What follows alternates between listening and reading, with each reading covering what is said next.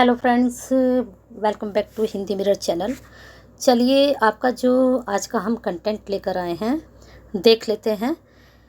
क्योंकि अभी उत्तराखंड मुक्त विश्वविद्यालय यानी कि ओपन यूनिवर्सिटी यूओयू के एग्ज़ाम शुरू होने वाले हैं 1 तारीख से, और सभी स्टूडेंट्स की क्वेरी आ रही थी कि मैडम हमारी भी तैयारी कराइए। बीए के स्टूडेंट्स के हमारे पास ज़्यादा क्वेरीज आ रही थी। इसमें से बीए फर्स्ट ईयर के स्टूडेंट भी हैं, सेकेंड ईयर भी हैं और थर्ड ईयर के स्टूडेंट भी हैं। सेकेंड ईयर और थर्ड ईयर के स्टूडेंट्स की ज़्यादा क्वेरीज आ रही हैं क्योंकि इन सब की हमने क्लासेस भी चलाई थी ऑनलाइन। तो हम सभी के लिए तैयारी करा रहे हैं। अभी हमने last time BA third year का जो पेपर था हिंदी का वो अपलोड किया था। हम सिर्फ आपको ये बता रहे हैं कि आपकी ये जो बुक है, मैंने पूरी बुक आपके डाउनलोड की हुई हैं, आपके पास बुक अवेलेबल हैं। मैं सिर्फ आपको इस बुक में किस तरह से आपको पढ़ना है, किस तरह से आपको अपना ये जो सिलेबस इसमें दिया गया है इसकी आपको प्रिपरेशन करनी है। बीए थर्ड ईयर की, बीए फर्स्ट ईयर की मैं अपलोड कर चुकी हूँ हिंदी का फर्स्ट पेपर। अब मैं बीए सेकेंड ईयर का फर्स्ट पेपर लेकर आई हूँ। इसके बाद सेकंड पेपर ऐसे ही हम पॉलिटिकल हिस्ट्री और हिंदी के साथ साथ आपका सोशलॉजी भी तैयार करेंगे। 4 सब्जेक्ट पर हम वर्क करेंगे। साथ में इंग्लिश की भी क्वेरी आ रही है। इसके बाद इन चारों सब्जेक्ट को करने के बाद अगर टाइम बचता है तो इंग्लिश का पेपर भी आपको मैं कराऊंगी। लेकिन तब तक आपको क्या करना है, हिंदी मिरर से जुड़ जाना है, यानी कि बेल आइकन हिट कर लीजिए और सब्सक्राइब कर लीजिए। और वीडियो शुरू हो चुकी है तो एक लाइक तो बनता है, कर दीजिए वीडियो शुरू होने से पहले, और जल्दी से इसको शेयर कीजिए सभी स्टूडेंट्स के लिए, जिससे यूओयू के जितने भी स्टूडेंट हैं तो उन तक ये वीडियो पहुंचे। क्योंकि सभी को प्रिपरेशन का नहीं पता होता है, बच्चे पढ़ते जाते हैं लगातार, उसमें क्या होता है कि आप इतना सारा पढ़ लेते हैं और याद फिर कुछ भी नहीं रहता है। तो आपको एक सिस्टमेटिकली अपने सिलेबस पे वर्क करना है, वो चीज़ आपकी क्लियर करनी है। चलिए देखते हैं। पहली यूनिट में पूछा गया है कि जो हमारा पद्य साहित्य है उसका तात्विक विवेचन क्या है। अब तात्विक विवेचन में क्या क्या आता है, इसमें उन्होंने कहा है कि पद्य साहित्य की जो सैद्धांतिकी है उसके बारे में पढ़ा जाएगा। पद्य साहित्य का जो वर्गीकरण किया गया है, अंतर संबंध किस प्रकार से हैं, महाकाव्य एवं खंडकाव्य की सैद्धांतिकी पूछी गई है। फिर आधुनिक पद्य का रचना रूप पूछा गया है। अब यहाँ से क्वेश्चन किस तरह से बनेंगे वो जब यूनिट शुरू होगी तब आपको बताएंगे। अभी फ़िलहाल हम टॉपिक क्लियर कर लेते हैं। तो फिर दूसरी यूनिट में आपके आदिकाल से संबंधित है, साथ में मध्यकाल भी है। अगर आपको नहीं पता तो हिंदी साहित्य जो है 3 कालों में डिवाइड है, आदिकाल, मध्यकाल और आधुनिक काल। फिर इनके अंदर भी ये डिवाइड है, वो भी आपको ध्यान रखना है। अब जैसे यहाँ पर इन्होंने आदिकाल का उद्भव एवं विकास ले लिया, फिर यहाँ भक्तिकालीन कविता का उदय ले लिया, तो यानी कि दोनों का ही इन्होंने उद्भव भी ले लिया और विकास भी ले लिया। वेरी इंपॉर्टेंट क्वेश्चन, यहाँ से क्वेश्चन आपका जरूर बनेगा लेंथी में, ठीक है। जो लॉन्ग क्वेश्चन आएंगे वो यहीं से आपके बनेंगे। चलिए देख लेते हैं आगे। रीतिकाल, ठीक है, रीतिकाल आपका भी मध्यकाल के अंतर्गत ही आता है, और जो आपका भक्तिकाल है उसे बोला गया पूर्व मध्यकाल, और जो रीतिकाल है उसे बोला गया उत्तरार्ध मध्यकाल, ठीक है। यानी कि पहले भक्तिकाल का पहले का समय और भक्तिकाल के बाद का समय, ठीक है। अब आते हैं महाकाव्य और खंडकाव्य, जैसे कि आपका यहाँ पर आया था और यहाँ पर इन्होंने पूरा ले लिया है कि कौन से महाकाव्य हैं और इसमें कौन से खंड काव्य हैं। 3 यहाँ पर दे दिए गए हैं, प्रिय प्रवास, साकेत, कुरुक्षेत्र एवं परिवर्तन, ठीक है। कुरुक्षेत्र अलग है, परिवर्तन अलग है। तो ये आपके खंड काव्य हैं और महाकाव्य हैं। इनके बारे में आपको क्या पढ़ना है बताएंगे अभी आगे। फिर आगे है लंबी कविता सरोज स्मृति, जो कि सूर्यकांत त्रिपाठी निराला के द्वारा लिखी गई है। अब इसमें आपको क्या पढ़ना है, सरोज स्मृति के असाध्य बीड़ा भी हैं इसमें, ये अज्ञ के द्वारा लिखी गई है। तो सरोज स्मृति में हमें किस प्रकार से क्या पढ़ना है, एक तो आप पूरी कविता का सारांश पढ़िए, असाध्य वीणा में क्या है उस कविता का सारांश पढ़िए। फिर एक्सप्लेनेशन कहीं से भी आए तो आपको ये रहेगा कि ये पंक्तियाँ हमें पता है कहाँ से ली गई हैं, ठीक है। चलिए आगे चलते हैं। मीरा, सूर, पद्माकर और घनानंद के पद पढ़ने हैं। कबीर, रहीम और बिहारी के दोहे पढ़ने हैं। अब यहाँ पर प्रश्न बनता है कि किस तरह के प्रश्न बन सकते हैं। यहाँ पर आपकी जीवनी पूछी जा सकती है, मीराबाई की, सूरदास की, ठीक है, कबीरदास जी की और बिहारी की। इनकी 4 की जीवनी जरूर पूछी जाती है। हो सकता है ये भी पूछ लें, लेकिन ये 4 तो एटलीस्ट आप पढ़ ही लेना। अब चलते हैं यूनिट पर। यूनिट में आपको किस तरह से तैयारी करनी है, कौन कौन से टॉपिक की तैयारी करनी है। तो फर्स्ट ही आपका टॉपिक बहुत इम्पोर्टेंट है, गद्य और पद्य का अंतर कर लीजिए, वेरी इंपॉर्टेंट है। मैं जितने भी 99 आपके क्वेश्चंस बनेंगे वो मैं आपको बताती जाऊंगी यूनिट वाइज। हर यूनिट में हम अंदर नहीं जाएंगे, हम यूनिट में बाहर से बाहर पढ़ेंगे, लेकिन आप अंदर से इसके चिरपे नोट्स बना लें, या फिर जैसे भी आपको सूटेबल हो वैसे आप अपने नोट्स तैयार कर लीजिए। तो एक टॉपिक तो आपका ये हो गया, ये आपका क्वेश्चन जाएगा शॉर्ट में। शॉर्ट और लॉन्ग भी मैं आपको बताती चलूँगी कि कौन सा आपका शॉर्ट जा सकता है और कौन सा क्वेश्चन आपका लॉन्ग जा सकता है, ठीक है। अब यहाँ पर प्रश्न और भी बन सकते हैं, उसके लिए थोड़ा हमें जो आपके अभ्यास प्रश्न हैं वहाँ पर जाना पड़ेगा। ये तो आपका बिल्कुल क्लियर है कि ये तो आपका आएगा ही आएगा, ठीक है। अब यहाँ पर प्राचीन और नवीन कविता, इन दोनों के बीच भी आपसे अंतर पूछा जा सकता है, ठीक है। अब आते हैं, आगे चलते हैं यूनिट पर। यहाँ से तो बस इतनी सी उम्मीद है कि ये शॉर्ट क्वेश्चन 1-2 यहाँ से बनेगा, क्योंकि आपकी जो आगे की यूनिट्स है वो बहुत ही लेंदी हैं और वहाँ से ही ज़्यादा क्वेश्चन पूछे जाएंगे। एमसीक्यूज़ आएंगे, 10 एमसीक्यूज़ आएंगे, उससे ज़्यादा 10 एमसीक्यूज़ नहीं आएंगे। तो एमसीक्यूज़ में ज़्यादा उलझने की ज़रूरत नहीं है, क्योंकि आप डीपली पढ़ लेंगे तो आप आराम से जो है अपना कर पाएंगे पेपर।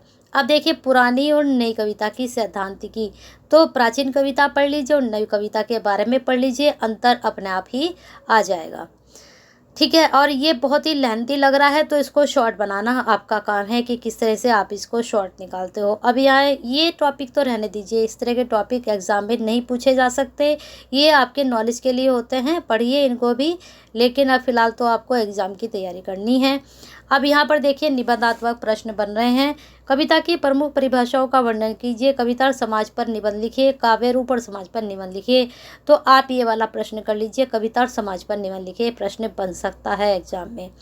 अब आते हैं नेक्स्ट यूनिट पर। पद्य साहित्य का वर्गीकरण एवं अंतर संबंध क्या है, किस तरह से वर्गीकरण किया गया है और क्या इनका अंतर संबंध रहा है। तो पद्य साहित्य का वर्गीकरण पढ़ लीजिए, वेरी इंपॉर्टेंट है। इसके तात्विक आधार क्या है, पढ़ लीजिए टॉपिक ये। अब यहाँ पर आपका मध्यकाल स्वरूप, आधुनिक स्वरूप क्या है, इनमें से दोनों को पढ़ लीजिए। यहाँ से प्रश्न आपसे पूछा जा सकता है। मैं सिर्फ आपको टॉपिक बता रही हूँ कि यहाँ से ये सारे टॉपिक ना पढ़कर अगर आपको पता चल रहा है कि ये टॉपिक आपको पढ़ने हैं तो वो भी आपके लिए कहीं ना कहीं बेनिफिशियल है, आपका टाइम कंज्यूम हो जाएगा, बच जाएगा थोड़ा सा, है ना। तो आगे चलते हैं। यहाँ पर बीच में अगर शॉर्ट क्वेश्चन नज़र आते हैं, अब जैसे यहाँ नाथ साहित्य है तो नाथ साहित्य के बारे में आपसे क्वेश्चन पूछा जा सकता है, ठीक है। जैन साहित्य के बारे में पढ़ लीजिए, यहाँ से जो क्वेश्चन बनेंगे एमसीक्यू निकल कर आ सकते हैं आपके, ठीक है। चलिए आगे देखते हैं, प्रश्न आज से कैसे निकल कर आएंगे आपके। अब ये अगर मैं अलग से पेपर पे लिख कर लाऊँ क्वेश्चन तो टाइम तो बच जाएगा आपका भी हमारा भी, लेकिन अगर बुक को ही लेकर हम बैठेंगे तो आपको पता रहेगा कि बुक में आप फटाफट अपने टिक भी कर जा सकते हैं कि मैडम ने ये टॉपिक बताए हैं और इनको हम पढ़ लें, ठीक है। अब यहाँ पर देख लीजिए, काव्य रूप और समाज पर निबंध, ये भी तैयार कर लीजिए, प्रश्न आपके एग्जाम में बनेगा। आगे चलते हैं यूनिट 3, महाकाव्य खंड काव्य की सैद्धांतिकी। फर्स्ट टॉपिक तो आपका इसमें बनेगा कि इन दोनों के बीच का क्या अंतर है, दूसरा कि महाकाव्य क्या है और खंड काव्य क्या है, इनकी डेफिनेशन, ठीक है। सब अच्छे से इनके बारे में पढ़ लीजिए। यहाँ से प्रश्न मैं 99 नहीं कहूँगी, मैं 100% कहूँगी कि यहाँ से प्रश्न आपका जरूर बनेगा, अंतर को लेकर भी बनेगा और महाकाव्य किसे कहते हैं, महाकाव्य को विस्तार पूर्वक समझाइए, तो आपको वहाँ पर ये सब बताना पड़ेगा। ऊपर वाले टॉपिक आप छोड़ सकते हो, लेकिन यहाँ ये प्रश्न के टॉपिक ज़रूर तैयार कर लीजिए, ठीक है। प्रश्न में यहाँ पर देख लेते हैं किस तरह के प्रश्न निकल कर आएंगे आपके। पहले तो महाकाव्य और खंड काव्य दोनों एक साथ यहाँ पर दे दिए गए हैं, दोनों को पढ़ लीजिए। अंतर आता है तो अंतर आप कर लीजिए, और इन दोनों की विशेषताएं भी वेरी इंपॉर्टेंट 100% मान के चलिए। महाकाव्य के बारे में नीचे दिया गया है, पढ़ सकते हैं कौन कौन से यहाँ पर महाकाव्य है। महाभारत है, रामायण है, इसके बाद कुमार संभव है, महाकाव्य और कालिदास। खंड काव्य कौन कौन से हैं यहाँ पर इन्होंने नाम नहीं दिए गए हैं, लेकिन आप इसको अगर अच्छे से पढ़ेंगे तो यहाँ पर अंदर नाम जरूर दिए होंगे एक आध का। ठीक है, अब आते हैं आगे। यहाँ पर इन्होंने सही गलत पढ़ लीजिए, यहाँ से भी प्रश्न बन जाता है आराम से आपका। नेक्स्ट है आपका शब्दावली। यहाँ प्रश्न हमने देखने के किस तरह के निकल कर आ रहे हैं।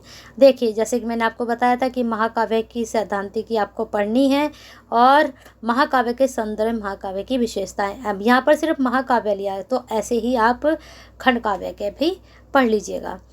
चलते हैं आपकी 4th यूनिट पर। यहाँ पर आ चुका है पद्य का रचना और रूप।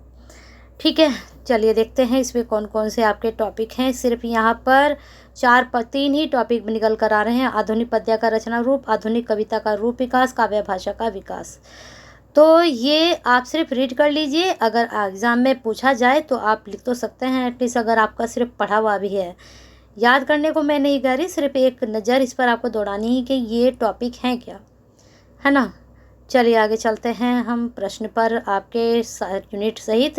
हिंदी साहित्य का आदिकाल, उद्भव और विकास 100% आपका मान के चलिए। ऐसे ही ये भक्ति काल का मान के चलिए, ऐसे ही आप रीतिकाल का मान के चलिए। ठीक है, प्रश्न जरूर बनेंगे। ऐसे ही देखिए इन्होंने यहाँ बता दिया गया है सीमा निर्धारण, आधारभूत सामग्री। ठीक है, तो यहाँ पर सीमा निर्धारण, अब प्रश्न किस तरह से बनेगा मैंने भी आपको बता दिया कि प्रश्न आपका किस तरह से यहाँ पर बनेगा। तो इसकी अवधारणा सीमा निर्धारण चाहे भले ही ना याद करें, लेकिन इसका उद्भव और विकास जरूर आप याद कर लीजिएगा। और आधारभूत सामग्री क्या है ये भी आप पढ़ लीजिएगा। किसके द्वारा आपको पता चलता है कि ये आदिकाल है। हम इसे भक्ति काल भी तो कह सकते हैं ना। तो आदिकाल किसके द्वारा पता चला हमें, किन क्या सोर्सेज थे हमारे जो हमें आदिकाल के बारे में पता चला। तो आदिकाल के उद्भव विकास पर प्रकाश डालना है, बस यही प्रश्न आप ले सकते हो। चलिए, ये लेंदी में आपका क्वेश्चन बनेगा। आते हैं 6th यूनिट पर। भक्ति काल उदय, भक्ति काल कविता का जो उदय हुआ किस प्रकार से हुआ, इसमें राजनीतिक, आर्थिक, सामाजिक, सांस्कृतिक परिस्थितियों का क्या रूप था, या फिर भक्ति का अर्थ व स्वरूप। वेरी इंपॉर्टेंट, 99 में इसको मान के चल सकते हो। फिर है विशिष्टावाद, द्वैतवाद, शुद्धाद्वैतवाद, द्वैतवाद। यहाँ से आपकी टिप्पणी निकल सकती है शॉर्ट क्वेश्चन की। ठीक है, फिर यहाँ पर संत काव्य, सूफी काव्य पढ़ लीजिए इनको भी। भक्ति आंदोलन का उदय, विकास, भक्ति आंदोलन के कारण, बस यही टॉपिक आपके एग्जाम में बनेंगे। अब प्रश्न देख लेते हैं। यहाँ पर निबंधात्मक प्रश्न आपके किस तरह से निकल कर आ रहे हैं, यहाँ पर चेक कर लेते हैं, क्योंकि आप जिससे डाउटफुल ना रहें, क्योंकि बुक का भी आपको देखना है और जो मैं बता रही हूँ वो भी आपको देखना है। और अगर आपने और भी सामग्री खरीदी हुई है अपने पढ़ने के लिए तो उसको भी आप चेक कर सकते हो। लेकिन इतना पढ़ने के बाद हम कंफ्यूज हो जाते हैं जब मैं बुक वाइज आपको बताती जा रही हूँ कि आपको ये टॉपिक पढ़ने हैं। अब यहाँ थे लघुत्तरीय प्रश्न आपके सभी चैप्टर में, यहाँ हमारा ध्यान नहीं गया था, अब हम बता रहे हैं। ऊपर भी अगर आए हैं लघुत्तरीय प्रश्न तो ये 1 लाइनर 1 वर्ड आंसर होते हैं, यहाँ से MCQs पूछे जा सकते हैं, तो इनको भी आप पढ़ लीजिएगा। ठीक है, चलिए देखते हैं क्वेश्चन आपके किस तरह से निकल कर आए। यहाँ पर पहला क्वेश्चन यहाँ पर निकल कर आया है, भक्ति विषयक वैष्णव आचार्यों के मतों का परिचय दीजिए। प्रश्न अच्छा है, प्रश्न एग्जाम में दूसरे तरीके से पूछा जा सकता है, ये तरीका नहीं होगा। भक्ति आंदोलन के उदय विकास पर ये पूछा जाएगा। भक्ति आंदोलन की भूमिका का मूल्यांकन कीजिए, ये भी पूछा जा सकता है। तो 3 क्वेश्चन आपके लिए बहुत ही महत्वपूर्ण है। नेक्स्ट है रीतिकाल। रीतिकाल का परिचय मैंने आपको बताया था कि पूर्व मध्यकाल, उत्तर मध्यकाल। तो जो पहले भक्ति काल के पहले का था समय वो पूर्व मध्यकाल था, उसके बाद जो समय आया वो क्या था, रीतिकाल था। मध्यकाल को 2 नाम दिए गए हैं, भक्ति काल वाला समय पूर्व मध्यकाल और ये रीतिकाल। कई बार बता रही हूँ, यहाँ से प्रश्न जरूर बनेगा। अब देखते हैं काल विभाजन, नामकरण, वर्गीकरण। रीतिकाल का दरबारीपन, काव्यात्मक प्रतिमान, रीतिकाल कविता के भाषाई संदर्भ, ये सब टॉपिक आपको क्लियर करने हैं। चलिए और आगे देख लेते हैं। रीतिकाल का परिचय पढ़ लीजिए, कहाँ से रीतिकाल की शुरुआत हुई है, कौन कौन इसके कवि हुए हैं, कौन कौन सी रचनाएं हुई हैं। नामकरण रहने दीजिए, नामकरण ज़्यादातर जो है देवनागरी में पूछा जाता है, ठीक है। यहाँ पर हमने देखना है कि किस तरह के शॉर्ट क्वेश्चन निकल कर आ रहे हैं। अब जैसे यहाँ पर ये टिप्पणी है, तो रीतिकाल नामकरण की समस्या, ये प्रश्न बन सकता है। वैसे हमने कहा कि ये प्रश्न वहाँ देवनागरी में पूछा जाता है, लेकिन आप इसको शॉर्ट में याद कर सकते हो, प्रश्न बन सकता है एग्ज़ाम में। अब आके प्रश्न हम देख लेते हैं, आपके कौन कौन से प्रश्न आपके जा रहे हैं। आपका प्रश्न पहले जा रहा है, रीतिकालीन नामकरण आप पढ़ चुके हो, ठीक है, इतना ही बस पढ़ लीजिए इसमें। चलिए अब आगे चलते हैं। प्रिय प्रवास, प्रिय प्रवास में मैंने आपको कहा जितने भी आपके कवि हैं सबकी जीवनी पढ़ लीजिए, लेकिन मैंने ये भी कहा कि इम्पोर्टेंट आपके कौन कौन से हैं, ठीक है। हरिप्रभु की जीवनी भी आ सकती है, इनका जीवन परिचय अच्छे से पढ़ लीजिए, इनकी काव्य कला का भाव पक्ष पढ़ लीजिए, कला पक्ष पढ़ लीजिए, प्रश्न बन सकते हैं। और जैसे कि मैंने कहा था, प्रिय प्रवास की कथा वस्तु यानी कि सारांश भी पढ़ लीजिए। इतने टॉपिक आपने पढ़ लिए तो पाठ व्याख्या की आपको ज़रूरत नहीं पड़ेगी। आप अपने आप से कहीं से भी कोई भी पंक्तियाँ आए, आप अपने आप से उसका सारांश और साथ में उसका संदर्भ सहित व्याख्या आप कर लेंगे, ठीक है। चलिए प्रश्न भी चेक कर लेते हैं, यहाँ पर प्रश्न आपके कैसे बने हैं। इसमें प्रश्न को हमने देखना है किस तरह के आपके प्रश्न बने हैं, यहाँ पर चेक कर लेते हैं। यहाँ पर आपकी व्याख्या है, व्याख्या में बहुत ज़्यादा है, सिर्फ इसका सारांश भी आप पढ़ेंगे तब भी आप पहचान जाएंगे, क्योंकि आपको पता रहेगा कि यहाँ पर जो है ये यहाँ से पंक्तियाँ ली गई हैं। अगर आपको मालूम है कि इस वाले इसमें क्या है क्या नहीं है, क्या कंटेंट है, किसके ऊपर ये लिखा गया है, तो तब आप उसको कर पाओगे। हरियों जी का जीवन परिचय मैंने बता दिया है, कर लेना। प्रिय प्रवास के आधार पर हरियों के काव्य की प्रमुख विशेषताएं, जैसे कि अभी मैंने आपको बताया था भाव पक्ष और कला पक्ष, उसको पढ़ लीजिए। देखिए जो दो प्रश्न मैंने आप बताए हैं वो प्रश्न यहाँ पर भी आपके बन रहे हैं। और प्रिय प्रवास एक सफल महाकाव्य है, तो ये दोनों आपने पढ़ लिए तो आप आराम से सफल महाकाव्य सारांश इसका पढ़ लिया तो आप आराम से वाला प्रश्न अपने आप से अटेम्प्ट कर पाओगे। ऐसे ही साकेत में करना है। साकेत में एक चीज़ जरूर याद रखिएगा कि ये जो है नवम सर्ग में है, ठीक है, साकेत। चलिए देखते हैं गुप्त जी का जीवन परिचय, वही आपको मैं जैसे मैंने आपको बताया काव्य कला भाव पक्ष कला पक्ष इनका ही पढ़ लीजिए, क्योंकि इनमें से आपसे किसी का भी पूछा जा सकता है। अब यहाँ साकेत की व्याख्या आपको पता ही चल जाएगी। कथा वस्तु पढ़ लीजिए, इसका सारांश भी आपको आना चाहिए, क्या है साकेत में, किसके ऊपर लिखा गया है साकेत, कौन कौन से पात्र हैं, पात्रों का चरित्रण भी आपको पढ़ना है, ठीक है। जो मुख्य पात्र हैं उनके चरित्रण तो पढ़ ही लीजिएगा, क्योंकि एग्जाम में यहाँ से प्रश्न बन सकता है। देख लीजिए जैसे मैंने बताया था, इनका जीवन परिचय आपको करना है। साकेत के नवम सर्ग की कला सोष्टों पर विचार डालना है। उर्मिला के विरह वर्णन में पुरातन तथा नवीनता का सामंजस्य है, सिद्ध कीजिए। बहुत अच्छा प्रश्न है, बन सकता है एग्जाम में आपके। आगे चलते हैं। यूनिट 10 कुरुक्षेत्र एवं परिवर्तन। मैंने कहा था दोनों अलग अलग हैं। कुरुक्षेत्र रामधारी सिंह दिनकर द्वारा है और परिवर्तन जो कविता है वह सुमित्रा नंदन पंत के द्वारा लिखी गई है। तो आपको देखना है कुरुक्षेत्र कविता में क्या है, और इनके दोनों के जीवन परिचय जरूर कर लीजिए और इनकी पाठ का सारांश याद कर लीजिए, क्योंकि कविता का भी सारांश होता है। कविता का सारांश इसलिए दे दिया जाता है कि जो कविता में अब जैसे ये पंक्ति आ रही है, अगर आपको सारांश पता है, पंक्तियाँ भी देखना कि किस तरह से लिखी गई है कविता। अगर आप लिखने का कवि का मेथड समझ गए तो आप जो है उसकी जो व्याख्या है आराम से निकाल लोगे। और व्याख्या में एक चीज़ और मैं आपको बता दूं, जिसकी भी व्याख्या पूछी गई है, अगर आपने संदर्भ में गलती कर दी कि ये जो है, अगर प्रिय प्रवास से कविता की पंक्तियाँ ली गई, सॉरी महाकाव्य की पंक्तियाँ ली गई और आपने उसमें डाल दिया कि ये तो परिवर्तन है कविता है और सुमित्रानंदन पंत के द्वारा लिखी गई है, और एक्सप्लेन आपने उसको वैसे कर दिया, तो सारा आंसर आपका गलत जाएगा।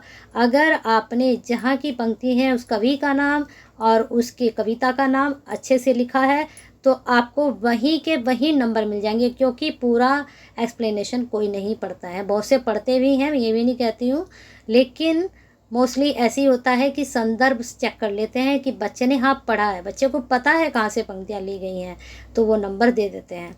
ऐसे ही सूर्यकांत त्रिपाठी निराला की कविता पढ़ लीजिए, सरोज स्मृति का सारांश। और आपको बता दूँ, सरोज स्मृति का सारांश, सरोज स्मृति से संबंधित क्वेश्चंस, परिवर्तन कविता से संबंधित क्वेश्चन यूट्यूब पर पहले से ऑलरेडी अपलोड हैं। और ये जो है सरोज स्मृति, जो हमारे STSU सेकेंड ईयर के स्टूडेंट हैं, उनके सिलेबस में भी था परिवर्तन कविता और सरोज स्मृति, तो वहाँ से आप इसको उठा सकते हो। बहुत अच्छे से एक्सप्लेनेशन किया गया है और इसको आप तैयार कर सकते हो। परिवर्तन कविता के क्वेश्चन भी वहाँ पर अपलोड हैं, उनको आप चेक कर सकते हो। आगे ऐसे ही अज्ञे जी का जीवन परिचय और उनकी असाध्य वीणा के बारे में भी आप पढ़ सकते हो। ऐसे ही असाध्य वीणा के बारे में मैंने क्वेश्चंस निकाले हुए हैं।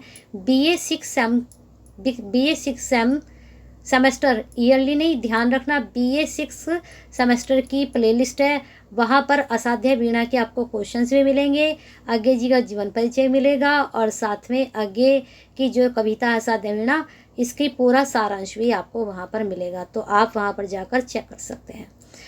तो इस प्रकार से आपकी ये पूरी यूनिट हमने कवर कर दी है, जो जो आपके एग्ज़ाम में आने के चांसेस थे।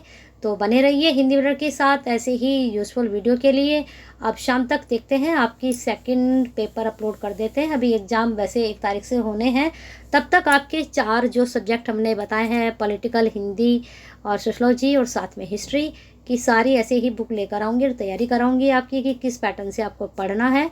हो सकता है हिस्ट्री से भी रिलेटेड आपको कंटेंट मिल जाए हिंदी मिरर पर, लेकिन पहले मैं बुक में देखूंगी, आपके सिलेबस से मैच करूंगी कि ये वाला कंटेंट यूट्यूब पर अपलोड है या नहीं, तो मैं आपको उसकी इन्फॉर्मेशन भी देती जाऊंगी।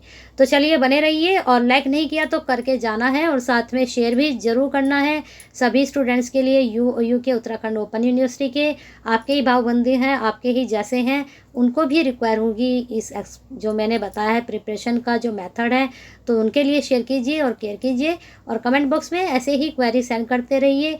जब तक आपकी क्वेरीज नहीं आएंगी तो काम कैसे होगा, हमें क्लू कैसे मिलेगा कि हमें आप लोगों तक कौन सा कंटेंट पहुंचाना है। तो ज़रूर कमेंट कीजिए, और कमेंट आएंगे, क्वेरीज आएंगी तो पूरी भी होंगी।